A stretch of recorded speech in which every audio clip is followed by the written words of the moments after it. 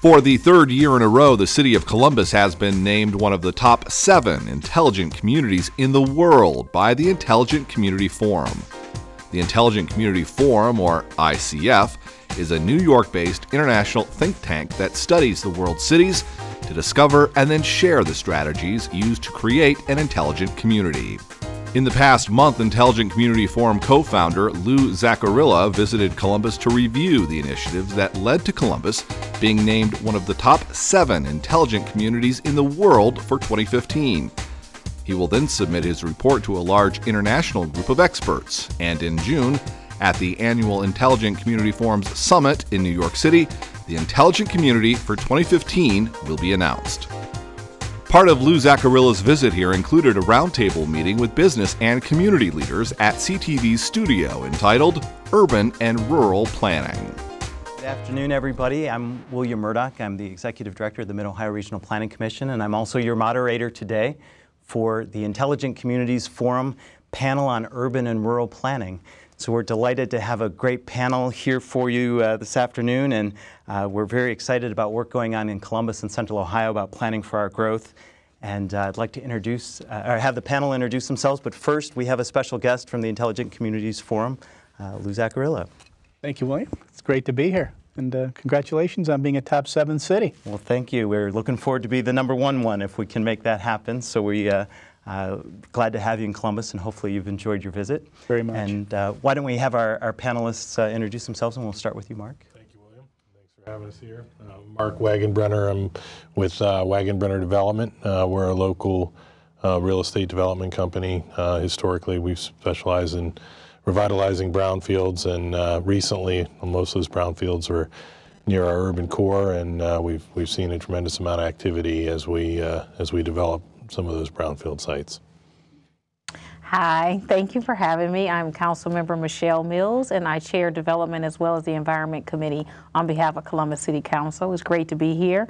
I'm also serving on a part of the Strategic Committee for Columbus 2020, where I think a lot of the results of the Insight panel will be very helpful. So glad to be here.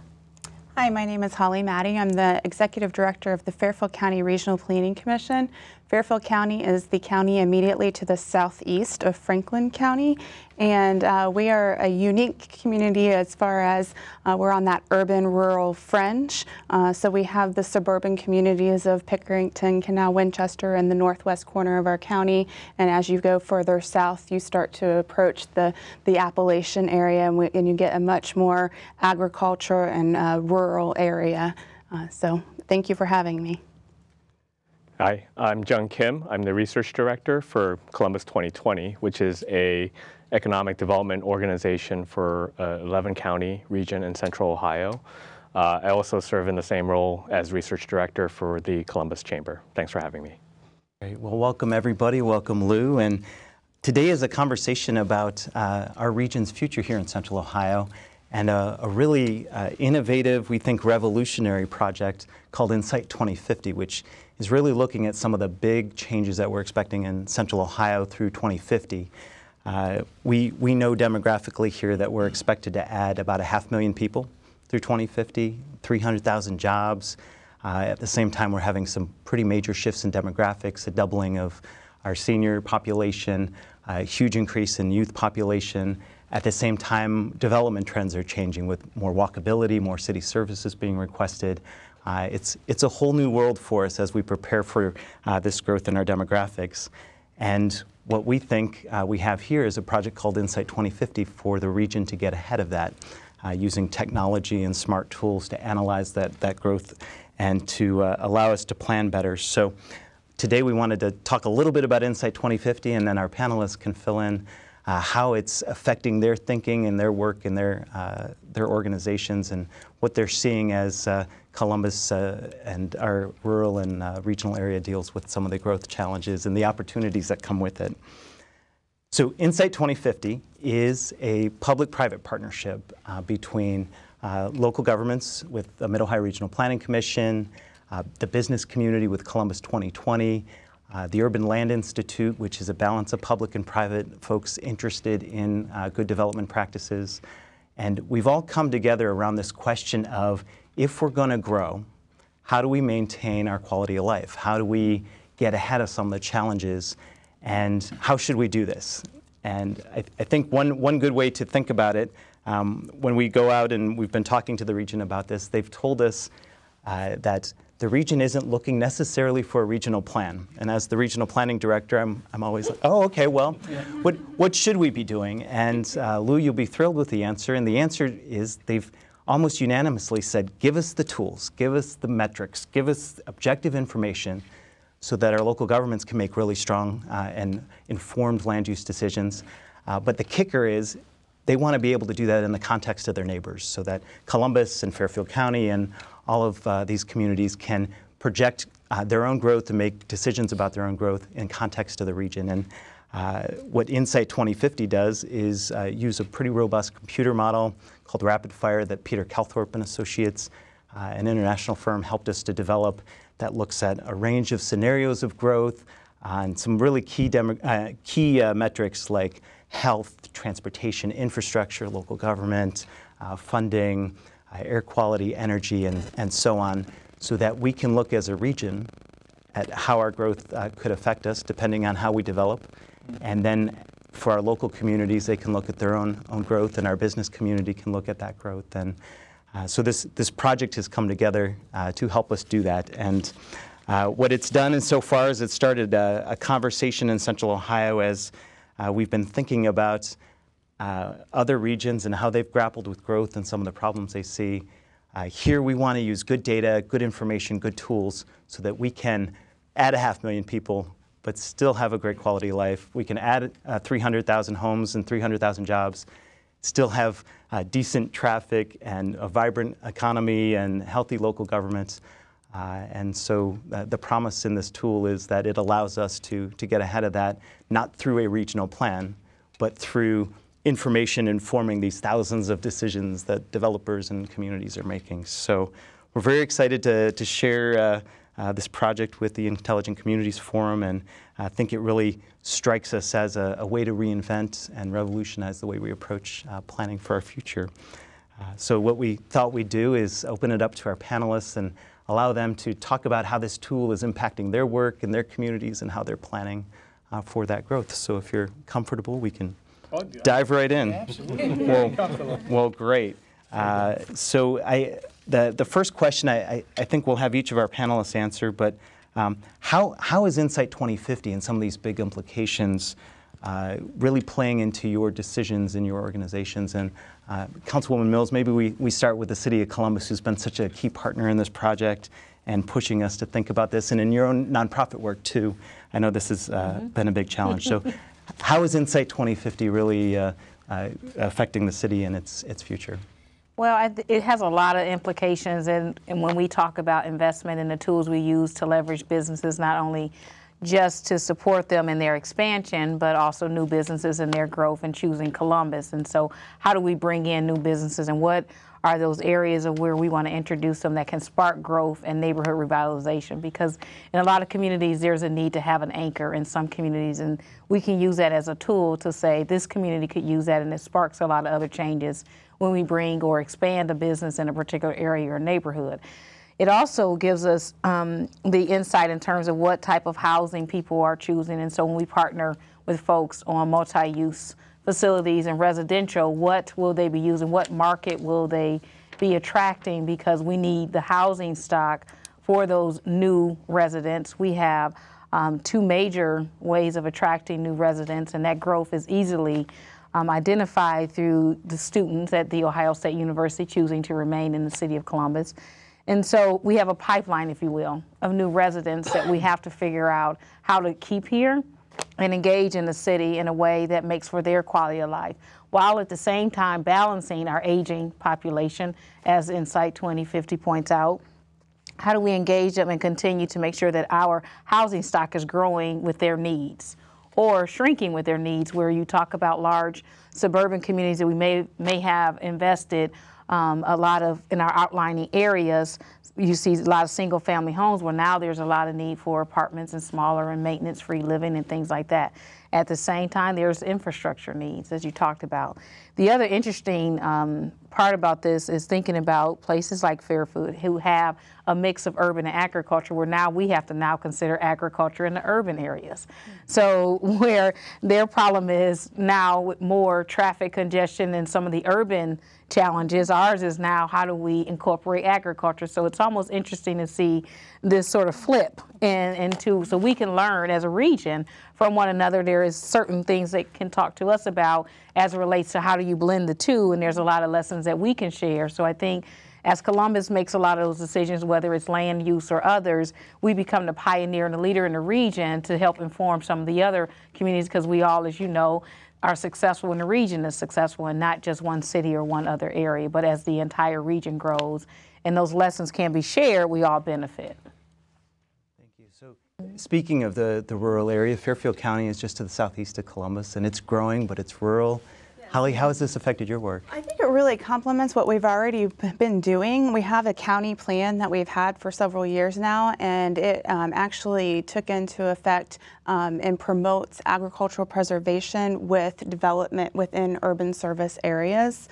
So this takes this the next step and says, here's how we do this, and here's what's coming down the road, and let's focus that in our urban cores, in our villages, in our cities that we have, and let's preserve that agricultural base that we have to make sure that we are protecting the resources that we need as a community. So I think it's just a next step of what we've been doing in the past. So I'm very happy to be working with it. Great. So from the business perspective, Jung, how is that translating into your work with businesses and business retention and recruitment? Insight 2050 touches on economic development and business interests in a lot of ways. I think the council member touched on some of them. A big part of this is workforce. You know, the demographic changes that Insight 2050 talks about also mean workforce changes. We have certain industries like manufacturing, the skilled trades, even professional services like insurance, where the average age of the workforce is in the 50s. And those people are going to retire soon. So who's going to take their place? And you have some natural growth from the millennial generation, but it's also about keeping Columbus as an attractive place for people to do business, to live and play. So hopefully you can retain some of that talent, attract additional talent to fill that workforce gap that's going to be coming our way. Another part of Insight 2050 is talking about more compact development, what Holly's talking about in Fairfield County. You know, from our perspective, you know, obviously open space, environment, agriculture are important, but land is also valuable from a manufacturing and logistics standpoint. These are large-scale users. To have that land not go to waste for sprawling residential or retail development, and instead have some of that available, as well as the infrastructure capacity around that for key manufacturing logistics employers, is important for us as well. You know, one of the findings of Insight 2050 said that depending on how we grow, we could, if we grew a little bit more compact to meet the market and to use these tools to let us plan for that market, we could save 220 miles of agricultural land, 220 square miles, which for us is the current footprint of the city of Columbus. So 500,000 people done different ways could have some pretty stunning impacts on agricultural land and our ability to expand some of our industries. You know, Mark Jung mentioned housing and compact development and places for workers to go, and that's your business. So how is this being felt on the ground? Well, I think all of us residents here in Columbus, I'm happy to say we're off to, I would say, a great start. I mean, we've really, since the recession, the uptick in interest in really all facets. It was pretty much led by residential, and you know, it's just incredible what we've seen over the last 10 years. And I know Councilwoman Mills, we all are very always fighting to keep our youth here, but I don't know what's happened in the last 10 years. But our ability, and there's such a good vibe, and it's, I think we say in the office, people are inexplicably content living in and around town, and so that momentum is really kind of, you know, and I think as a region, we always try to, like, phrase it or coin it. And I think more and more we just got to step back and let it happen. But, you look at the vibe that we have in our short north, and we constantly look at the short north, but it's swelled well beyond that now. And so, we're getting more than our share of young people. We recently pursued a national tenant, Stone Brewing, and it came down to the end. Unfortunately, we didn't get them. But to hear national, placement people say, look, these folks were out of Chicago and San Diego saying, and our recent studies are showing that Columbus is stacking up against all cities in this region, and it's because of its affordability and ease of living, and those are phrases that don't typically work with youth, and yet, you talk to our youth, they're really excited about living here. So we couldn't be more excited about, the opportunities that are at hand, and we're really seeing a reverse, and we've seen this in other markets that have a lot of urban grit, and places like, Austin and Nashville and even Charlotte, where jobs are now following the kids and they're coming back into town. And I know recently projects like Grandview Yard, where 3,700 jobs are coming back. I mean, who would have guessed 5 years ago that we'd see this kind of movement? And we can tell, being in the market all the time, the amount of businesses, particularly the creative businesses that are relying on the younger workforce, are aggressively pursuing sites within our urban core. So, to see all this happen since the recession is really remarkable. So I think we have so many great things to look forward to. Is hopefully all the things that have been laid out in your findings are proven, and we have a really good stock of, and cost-wise, really a good ability to turn a lot of these underutilized sites in our urban areas into really exciting reuse, and that are going to be right in the vein of what you were describing. And that's another key finding that we've seen. We now, with this tool, we know that we're expecting 1 billion square feet of non-residential space either to be redeveloped or needed to accommodate our growth. And for us, we think one of the best opportunities might be commercial sites that need to be redeveloped, or brownfields or infill sites. And this is a trend that the region's already experiencing, but now we have some hard data showing that this could actually save us money, and this might be a way to accommodate the market. And I'd like to open it to the panelists. Is this what you're seeing around the region? It's happening in rural and in urban areas too. I would say absolutely yes. I don't want to take over. But being at the center of where development happens, we try really to look at some of our commercial buildings. We've tried to really aggressively go after some of vacant and abandoned properties and breathe life back into them. And we're getting a lot of ask about large amounts of space. And so we do have some commercial facilities that are primed for that and just need a new life and to be reused.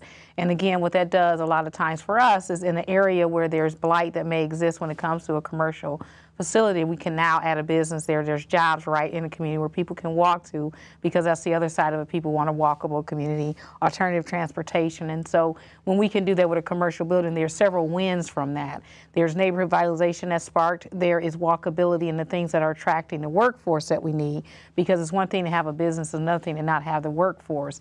And so if we can offer all of that ease of living sort of things, as Mark talked about, whether it's getting to work with ease, getting around and getting to the grocery store, having access to all daily living around where they work and live all together, I think then we're smarter for it. And I think with a lot of reuse of the commercial facilities, warehouse space, whether for logistics or not, I think it goes a long way, because there's several wins for a neighborhood and for the entire city when we're able to do that with a lot of our commercial structures.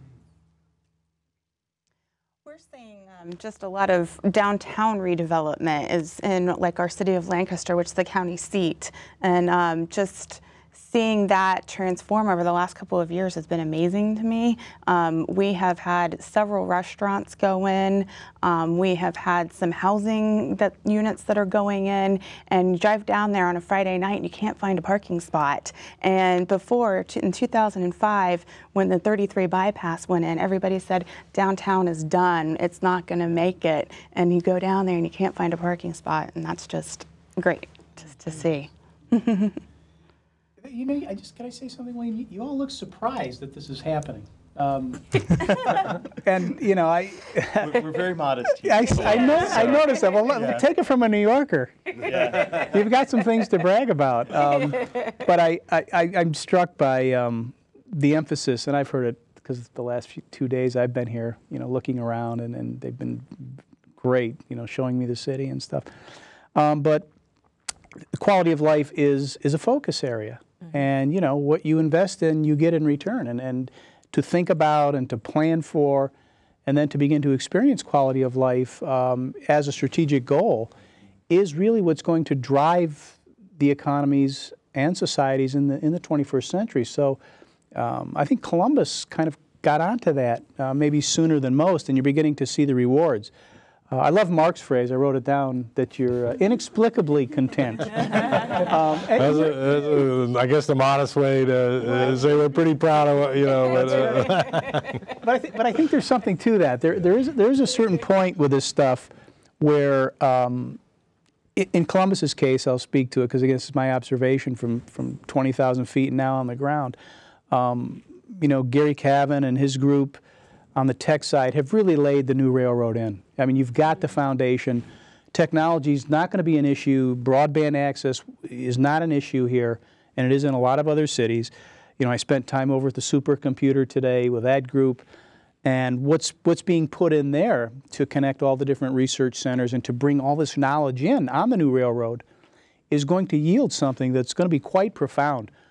The question I think you have to ask yourself for the workforce and for development purposes is really, how do you overlay that with this, what we call intelligent community structure?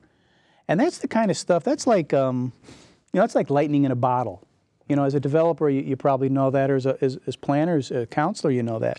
But what we see happening is that you put in this infrastructure, you've got the technology piece, now you're putting the other pieces in, you've got OSU, a great knowledge factory. And then you structure it so that, it sounds like a contradiction, but you structure it so that the spontaneous can occur, right?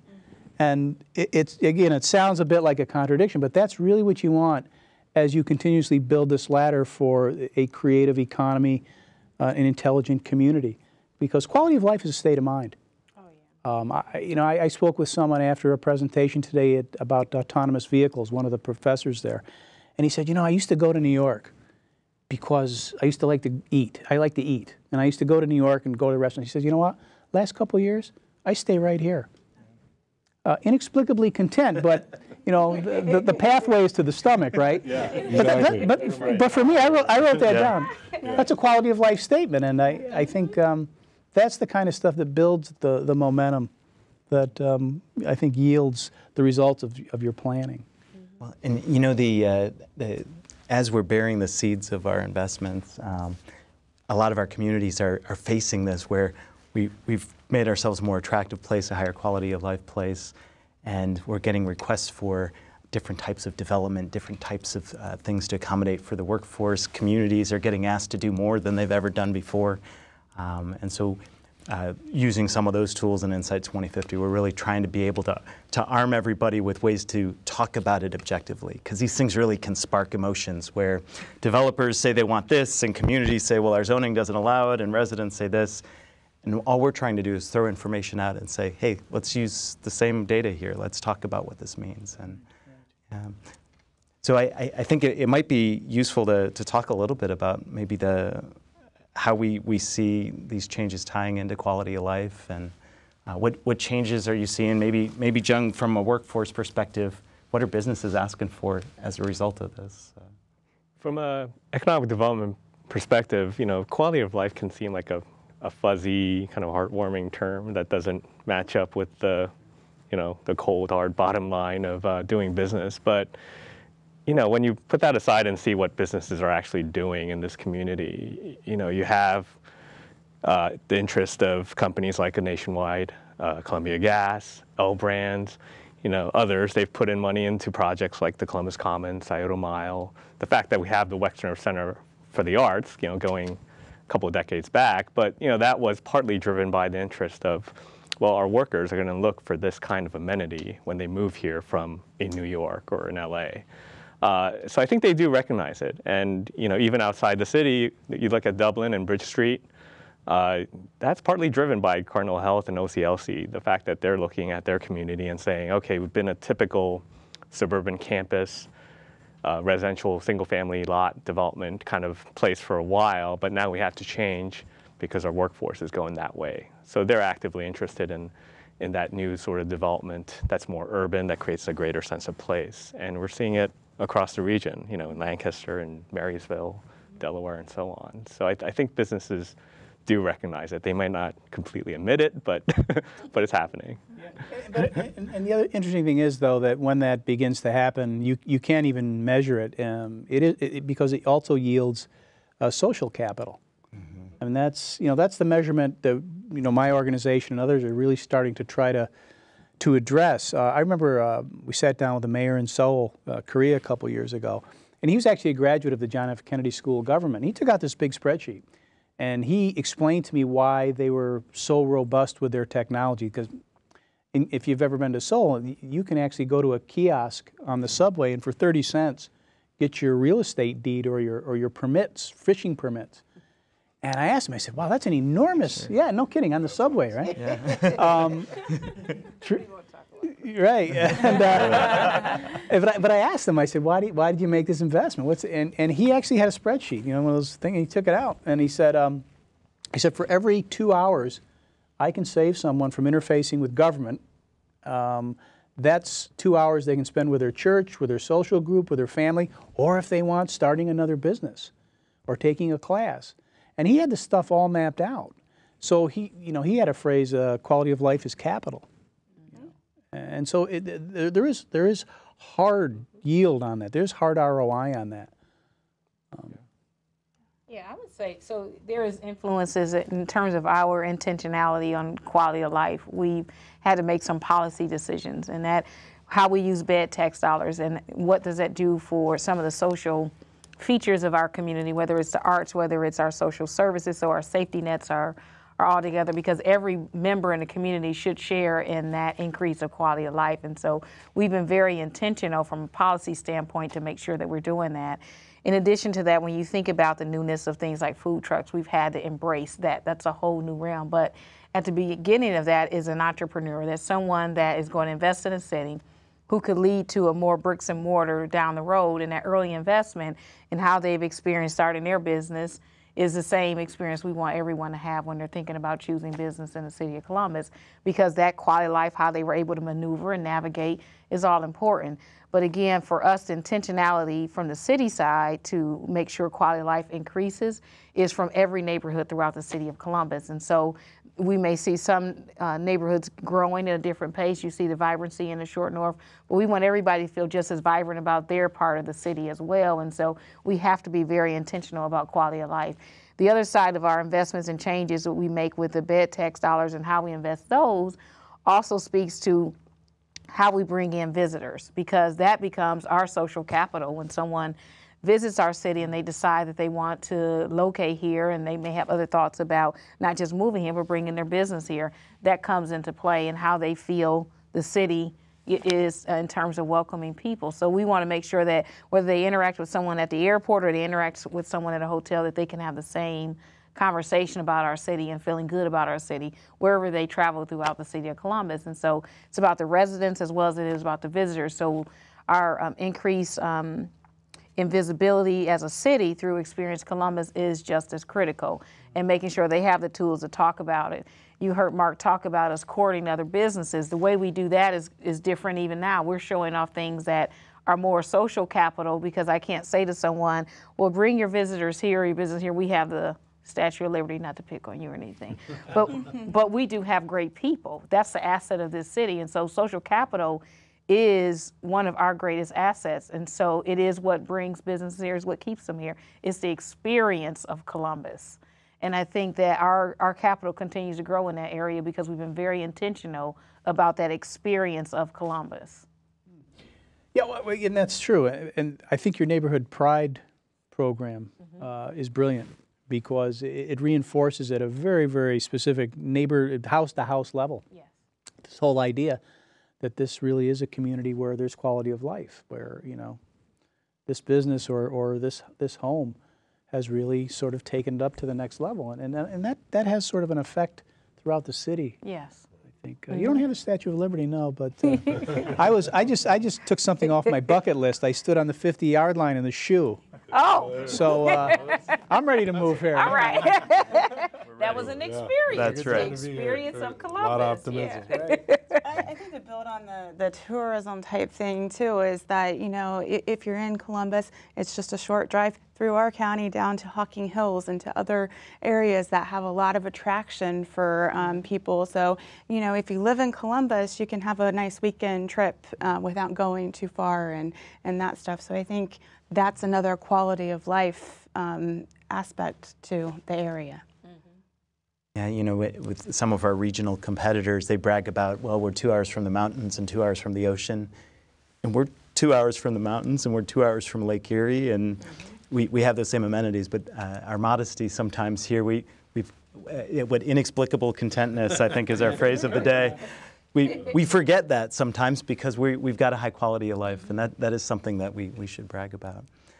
You know, thinking about knowledge workers and some of these demographic changes we're seeing, they have to live somewhere. And so we're seeing this explosion of demand for different types of housing. And maybe, Mark, you could talk about it because you're seeing it at the high end and the affordable housing end. And what? Yeah, I think, I mean, across the board, you know, the study does a great job of kind of predicting and, you know, kind of explaining what's happening. And we don't know what happened and when, but clearly, particularly the millennials are really driven to an urban experience. And we were really fortunate to have not only the ground, but, you know, a really good start. I mean, when you look at our urban neighborhoods and not even urban, just, you know, our local food scene is really good. And so a lot of the things that drive the trends on a larger level were already kind of in the works here naturally. And so for a city of our size, you know, I think food's a good example. We do food really well. And so all of a sudden, you know, you have these urban pockets that have enough going on, not just, you know, Thursday, Friday, Saturday, but at all times during the week that, you know, are so easy to capitalize on. So from a real estate standpoint, we probably can't, and there's been several articles here recently, that we probably couldn't build enough in and around those areas that are walkable. And we're starting to see areas like, you know, Lancaster's a good example, Bridge Street, their intentions of building walkable communities in these suburbs are key because that's really driving. And what's really exciting is the echo boomers, the parents, as that generation does not want to age as traditional generations do. Youth always sets trends in our country, and it's their kids that have really started this movement. But the energy and, you know, the you know, being able to walk and really, you know, get integrated into an urban community that in our case, and most of ours are very diverse. I mean, there's something, you know, totally different than the experience you had in the suburbs. And as we've been doing these urban projects now for 7 or 8 years, and we learned early, like, you know, forget marketing in traditional ways. The best thing we can do is host parties and let people come down and bring whoever they want and step back and let folks integrate. Because what people are really wanting when they come back to these urban neighborhoods is the whole experience of really, you know, getting to know your neighbors. And you will know your neighbors because we are building houses that historically in the suburbs when there were 70-foot lots, we're doing it now, you know, our standard's 20-foot wide, and oftentimes we're attaching them. And, you know, we see trends coming that I think are really going to allow us to, even with land cost and our ability to, or, you know, we really have to keep things tight. You know, residential elevators, and it really started in seaside communities with new codes. I mean, the quality of residential elevators, and now we can take a 20-foot footprint, go up 3 stories, put a very affordable and functional residential elevator in it. And, you know, the creme de la right now is roof decks. And so we're seeing that in larger markets, but when you can take an empty nester, get them up on a roof, there's no place to ponder your next move than looking out over the city lights and maybe a fire pit in front of you. So those are some of the amenities we're seeing in other markets that we're going to replicate here that I think are going to lead to even more acceptance of a lot of people moving back to these urban areas. Yeah, you know, we're expecting our senior population to double. And I think what's interesting about this new senior population is it's not all about providing care services. It's actually could lead to more demand for housing products in a different way, building off broadband. It could be an entrepreneurial boom for this region as people are retiring and looking for their next business. And I'm curious about the panel. From an aging perspective, what are you seeing out there, and what are our trends?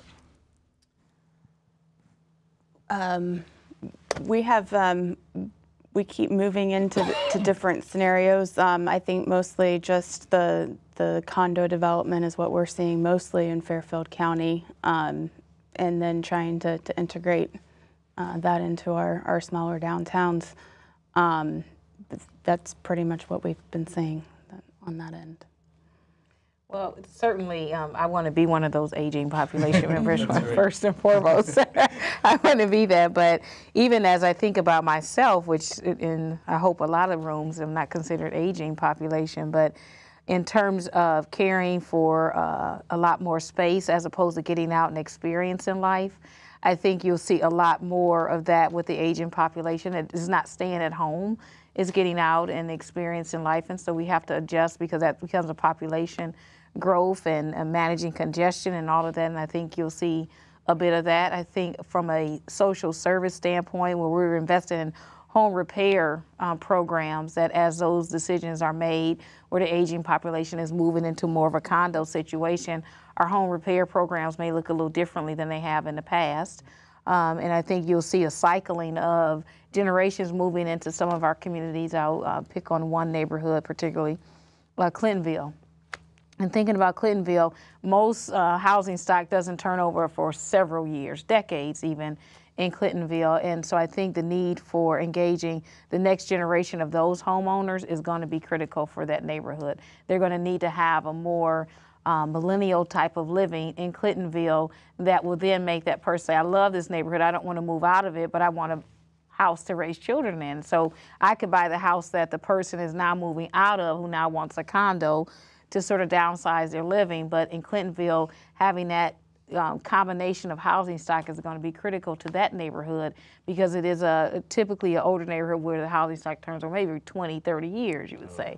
And so, how do we build our next generation of neighborhood folks in Clintonville if we don't have housing stock that they would take advantage of now?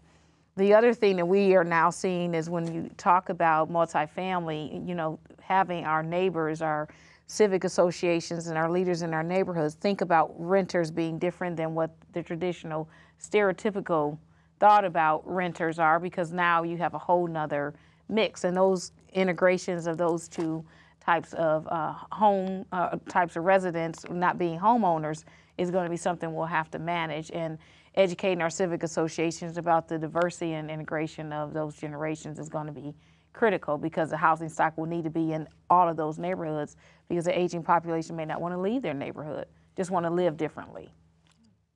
The neighborhood I live in actually is a single-family neighborhood where I am, and then immediately connected to it is a condo unit. And actually, my mother-in-law moved from Connecticut to move to the condos so she could live right there.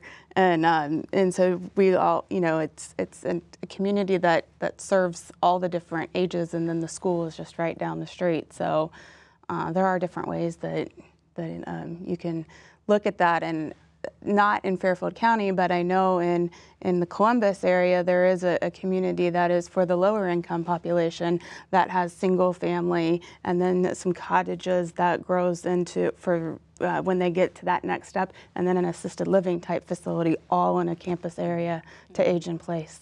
Yeah, it's interesting, Wayne, because again, what they're saying reinforces what we spend a lot of time looking at, and that is that people really want community.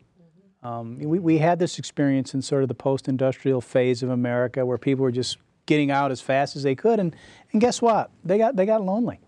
They got isolated. Facebook is the 4th largest country on earth population-wise for a reason. People seek community. So what we like to say at the Intelligent Community Forum is that we're just giving a new voice to the old truths. And one of them is that people in density do things that are very, very great and human. They do bad things too, of course, but that's the human experience. But when they're closer together in one way or another, and they feel like they're connected to a place, and they feel like they're connected to a familial intention, great things happen. And interestingly enough, they happen economically.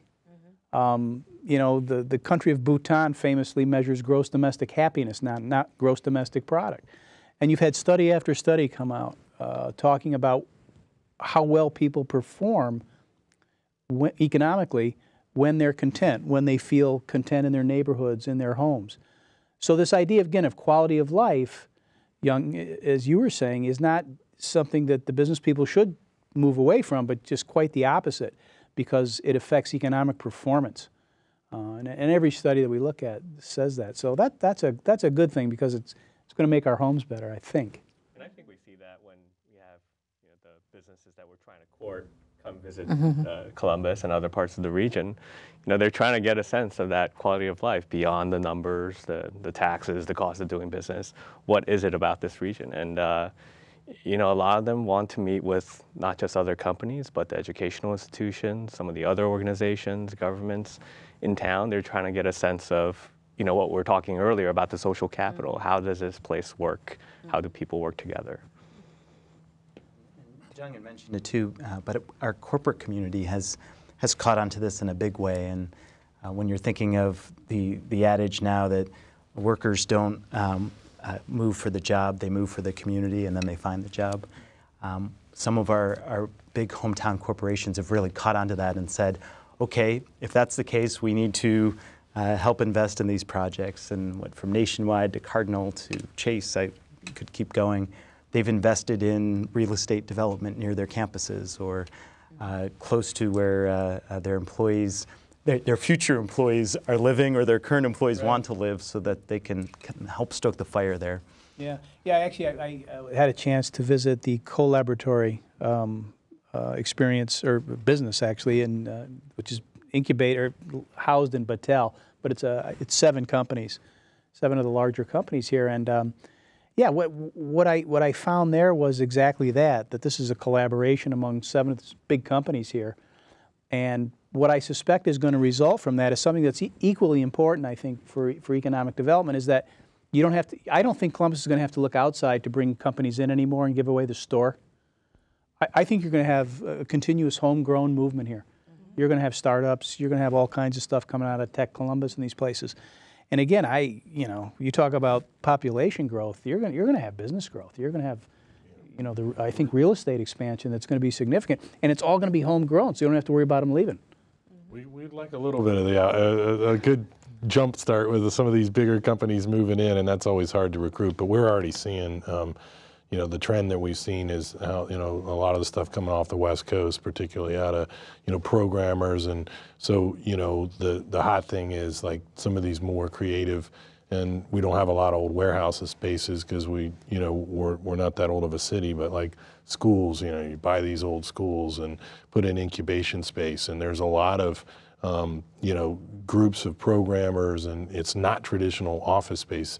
And, there's a growing, when you have a space with a little creativity to it, man, it goes like that. And they're so flexible. They move in and out, and the coffee shops in those areas, it's really everybody's parlor, and that's where people go to meet. And so there's a really good vibe going on. And again, I think one thing that really, and you hear it a lot in the word collaboration, but it is unbelievable. I mean, I spent some time in Chicago, and it's a great place, but I mean, in the development industry is a really good example. I mean, in most towns, you'll get developers that are so competitive that when you have somebody that could potentially be a threat downstream, there's no effort to help them.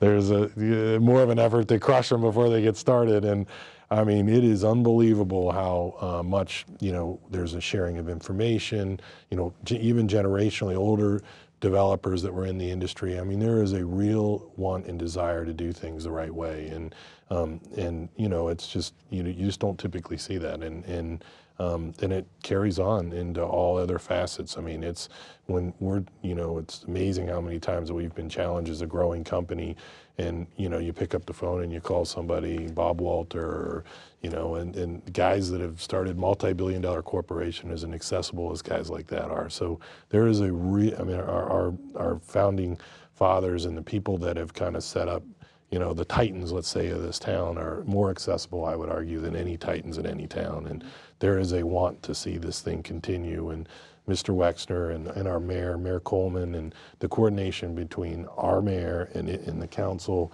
I mean, you know, we face challenging situations. We're doing development in other markets. And what's great about Columbus is if you have the support of council and the mayor, everything's challenging and things are more bureaucratic, but you know you're going to get results in the end if that support's there. And it's just, you know, it's exhilarating that kind of support you get. And you know, it's so much easier to swim with the current, and the current continues to grow more and more swift around here, and it's really an easy place to do business and very rewarding. One of the things that we see that our technology backbone is enabling is for us to not just have fiber as an infrastructure system, but then to build off of that with transportation. And the Insight 2050 project tells us that our transportation needs are changing. People want lots of options. They want lots of options on their phone. They want lots of options in their housing. Now they want lots of options in their transportation. And having the technology available to respond to that, and also having the tools like Insight 2050 so we know what people are looking for and we know how to project the costs, so critical. And so in the Columbus area, we've seen an explosion of car sharing technologies and bike sharing technologies enabled by the city, which ties into the knowledge workforce. We've also seen people looking differently at transportation, and we're very proud. Recently, our major transit corporation, CODA, the planning group, MORPC, and the City of Columbus's Thoroughfare Plan, they're all working together using the same data to plan for transportation and to plan around this workforce. And we were lauded for doing something that maybe we should have been doing all along in our hometown newspaper last week, saying, this is great. We need to have these groups not working in silos. And I think having the data and the technologies really helped us to break down those silos. Well, congratulations. I mean, the unification of data it's a big deal. Yeah. Yeah, and you can do a lot of things with it. So. Yeah. One other thing I wanted to just observe in terms of that rural-urban piece, and again, I'm here to ask questions, so it's more of a question. But I was at the Waterman Farm today, and I was just sitting, and I was out there, and I'm like, wow, this is like a farm in the middle of the city. It was sort of symbolic of, you know, sort of the nature of the place, the rural-urban balance. Yeah. And you know, I was just wondering, is that something that people in Columbus feel? I mean, do they feel connected to rural roots or rural experiences? Definitely in Fairfield County, we have that connection, and I think that as the residents move to those areas in that fringe area, I think they're connecting to it and understanding it better. To give an example of the two communities coming together, the two types of urban and rural coming together, we have an active transportation plan that we put together. MORPC helped us put it together several years ago, and we were planning for bicycles throughout our county, through our agricultural areas. And it was the first time that I recall that we brought together a farmer and someone who was riding a bike to the same table. And it was the most interesting conversation that we had. And it was amazing to see the two groups work together. When the farmer came in at first saying, I don't want the bicyclists on my road. And then all of a sudden saying, well, wait, if we have bicycles on the road, maybe we can widen our road, and then maybe that helps us get our farming equipment down the road as well. Maybe if we have the bicyclists coming through our area, they can stop and they can have an education session on our farm and start learning about the farming process that they might not have learned about before they rode their bicycle through our area. So very interesting conversations of how those two communities have come together. Yeah. And I was also thinking just about what what you're doing to, again, when we talk about homegrown, just the agricultural base here. Mm-hmm. And again, taking it from smart to intelligent, as I always say. So again, leveraging it for economic gain, because John, who was out at Waldman Farm, I guess he works for OSU. He's a knowledge worker, effectively. The way he was describing how he manages his Jersey cows and the work that they're doing there, it's knowledge work. It's next industry, forward-looking stuff, and it leverages all that data that you were talking about that's coming in. Yeah. Oh, it's major. Yeah. We also have an agriculture economic development plan that we put together, and it's a way to connect our farmers to our processors to our consumers, and part of that calls for a food hub to be formulated in downtown Lancaster to help aggregate food products, because individual farmers cannot sell to an institutional use because they can't grow enough on their own. But if you aggregate them and bring them together, all of a sudden you have the quantity that you need, the consistency, and the reliability that they might not have from the individual farmers on their own. And we're actually entering into a next phase of that, as far as trying to identify a location, working with our land bank to get a building to support that, and start to create a food incubator type with a commercial kitchen and a food business incubation center in downtown Lancaster. So yes, there are business opportunities with that. I'm biting my tongue because I know if I start down this road, I will for at least 2 hours. Right? Right. I could go 2 hours on this topic easily. But it is, when we look at what the Insight 2050 tells us about population growth, those are people that have to eat, right?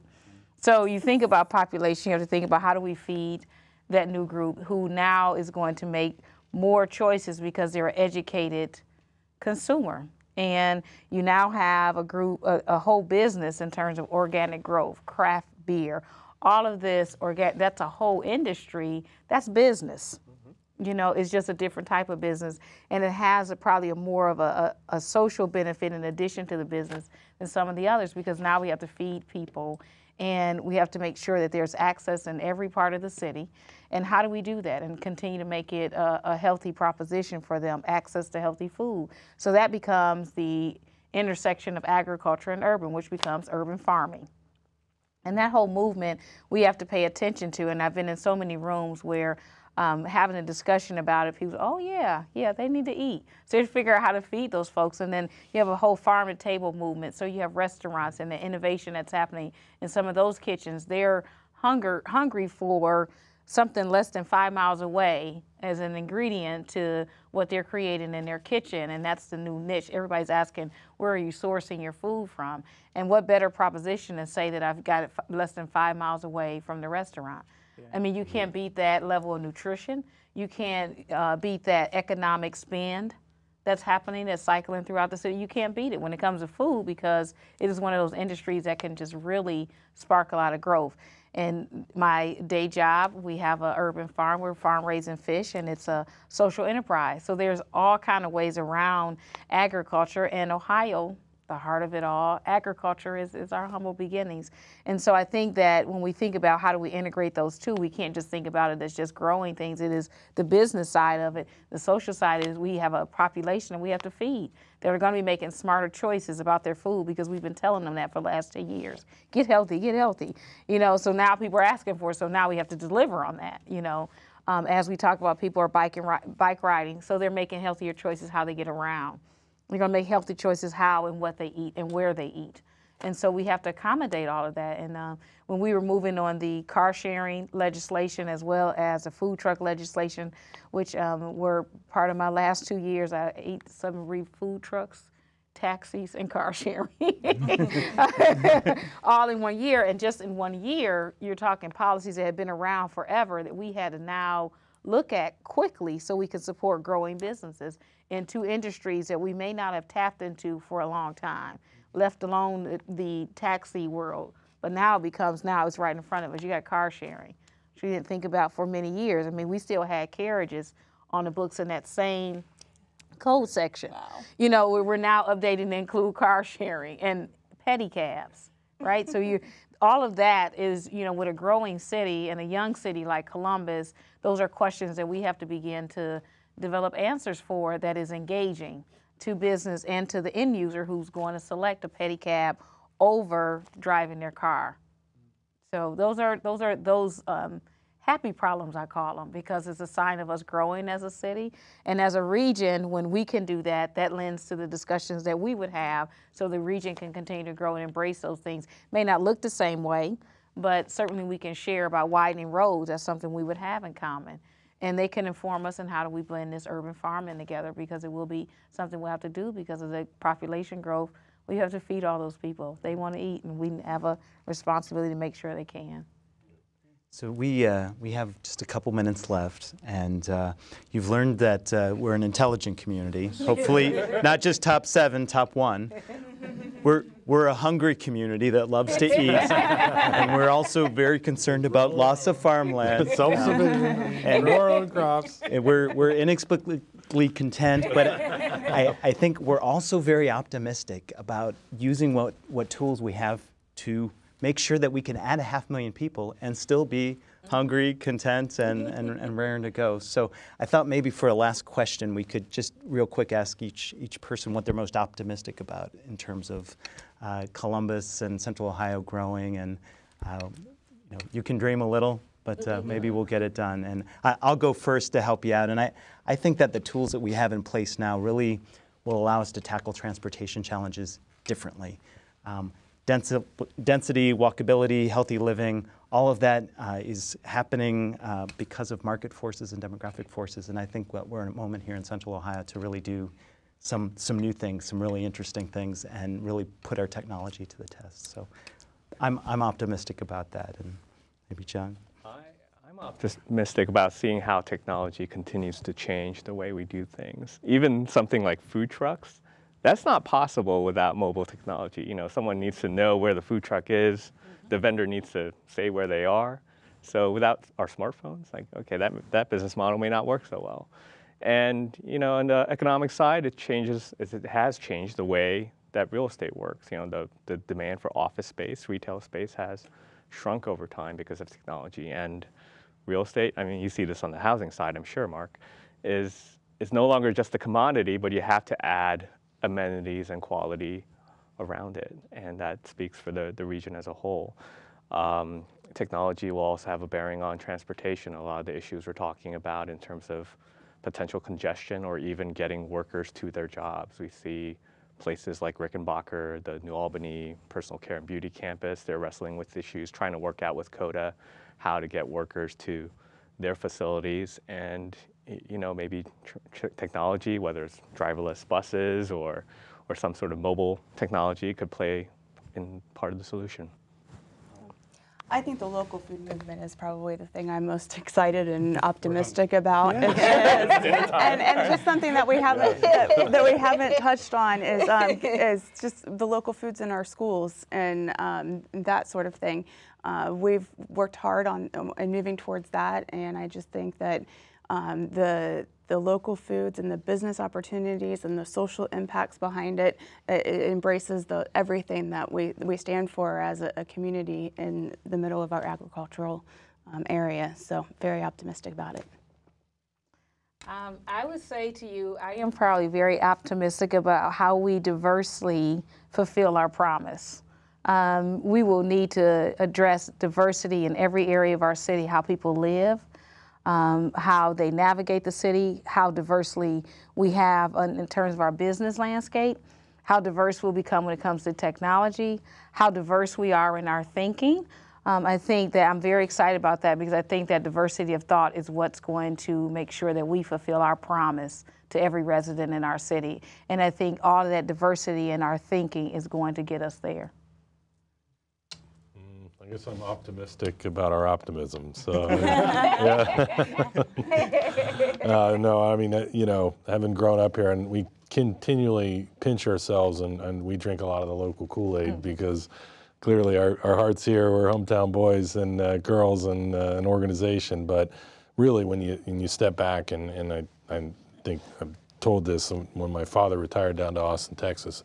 In the early 2000s, we felt compelled that we had to go to other markets to find success. And when we started looking around to some of those other markets that had a vibe, we noticed early on how similar characteristics were here. And so we kind of doubled down, and we're really seeing the rewards of that. And when you look at, if we have the background and the livability, and when the youth is this happy living here without the flash of Nashville or the music, but people really love to live here, and then you see what opportunities we have in areas like Ohio State, where there's 700 acres in walkable distance to some of these great neighborhoods and a research university and Battelle, and that's just sitting there untapped. And so when you talk about expanding employment in real estate opportunities like that are already embedded into these neighborhoods and this vibe that we have, you know, we got a lot of gas in the tank, so we're really excited about our future. And with that, any closing questions or remarks? Well, you didn't ask me what I was optimistic Well, about. oh, that's right. I'm sorry. Well, I'll look at it from a global basis, because that's kind of what we do. And, you know, there's that old phrase, as Ohio goes, so goes the nation. Well, in a lot of ways, as Columbus and Ohio go, so goes the rest of the world. And there's something that's happening here that, again, we see in the great cities. I've got the tie-on of the city of Sweden, Stockholm, which was the 2009 Intelligent Community of the Year. So we got to get you a Columbus tie. well, so we'll work on I only wear ties of Intelligent Communities of the Year, just so you know, and that's why I'm wearing it. Not to rub it in. Purple, but you look great in scarlet. That's right. Somehow I knew he'd say that. That's right. That's right. But in terms of why I say that, there obviously is something happening here, and they said it much more articulately than I could. But you're also creating something that is called the triple helix, right? There's a new DNA that's being created from the old Columbus, and it has a lot to do with the collaboration that's in the process, not perfected yet here, among the local government, the academic or the intellectual class, and the private sector. And to the degree to which those three form a new strand, then you get the kind of things that you want here. You get that kind of expression. And Columbus is, for whatever reason, and Dublin does well as well, I mean, you've gotten out ahead on this. You're one of the 7 most intelligent communities on earth. So the rest of the world watches this. And I believe that, again, if you can take that and continue to leverage that, then it helps us out as we go around the world and we tell the cities and the communities and the small villages that want to be Columbus, this is how they did it. They weren't always on the top of the game. You know, they had some rough years, but they did it. They got it done. That inspires other communities around the world. Again, that ultimately helps you when that happens. So I'm optimistic about that part of what you're doing. Well said, and we're just so thankful for you to have been in Columbus this week, and we know that we're optimistic, but we're hungry to be the top community. So, no, that's right. No pun intended. But thank you to our panelists, and with that, we'll conclude our Intelligent Community Forum. Thank you. Thank you.